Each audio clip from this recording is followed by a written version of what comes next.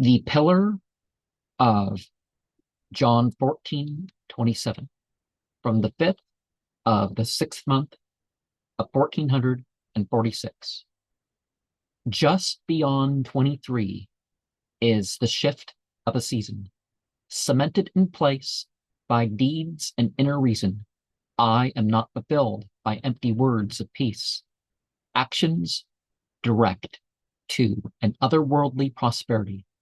Positions are maintained and reflects other than negativity. Desertion brings sensation and emotion beyond the worldly.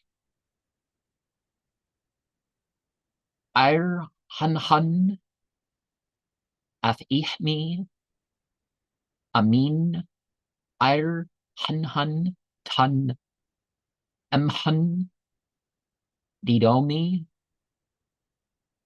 amin su kathos a cosmos didosin ego didomi amin mah parasesto